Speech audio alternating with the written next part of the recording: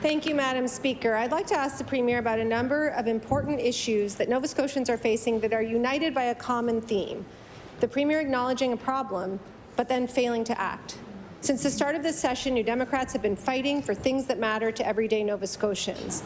The Premier knows that the cost of living is the #1 issue facing the people of this province, but when we asked for a seniors' income benefit that would help Nova Scotian seniors live in dignity, he said no. When we pointed out that new families are losing hundreds, if not thousands of dollars through the practice of waitlist fees, the Premier agreed, but then refused to ban it. People are struggling, but the Premier has refused to discuss taking the HST off of groceries, freezing Pharmacare fees, or establishing a school lunch program. When will the Premier act to meaningfully help the people of this province who are struggling?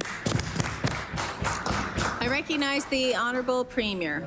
Thank you, Madam Speaker. Every day, this government is working to support Nova Scotians, to assist Nova Scotians. Every single day, I could list a litany of programs that we're supporting, that we're expanding, that we're creating every single day, Madam Speaker. And just to the member's point, it's actually very rare that I just say no. I often take this information, we go away, we think about it. It's very difficult to make government policy in a question period in 45 seconds, but we listen, we go away, we assess, we see what's possible, and on a number of those things we'll do that. There's HST is already off most of the things that you would buy at the grocery store, but we're open to looking for ways to help Nova Scotians. We don't just say no. I recognize the Leader of the New Democratic Party. Thank you, and I thank the Premier for that answer. So I want to ask the Premier again about waitlist fees for childcare. The Minister of Education and Early Childhood Development has finally agreed that the practice of predatory and unfair waitlist fees is wrong, but they are still being charged, and we are no further along in addressing the issue of banning fees. Will the Premier be very clear and commit that unfair waitlist fees will be stopped by this government? I recognize the Honourable Premier. Thank you, Madam Speaker. And access to affordable childcare is fundamental. We're making great strides in making sure that there is affordable childcare for Nova Scotians. I'm very proud of the work that's being done on that file. And the Minister has already said that that's a practice that's inconsistent with access to affordable childcare, and the department is looking at what is possible in that respect. And we'll continue to look at that.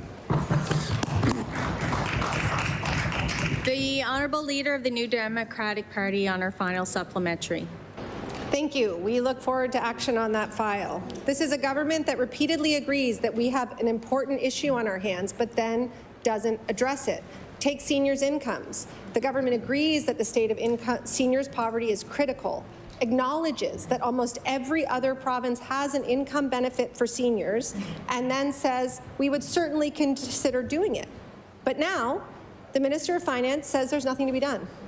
So again, the Premier's acknowledged an issue, but his government has refused to do anything about it. So I will ask again, will the Premier ensure that benefit that equals what seniors get in British Columbia, Alberta, Saskatchewan, Manitoba, Ontario, Quebec, New Brunswick, and Newfoundland and Labrador, all of which are more than what seniors get here? Thank you.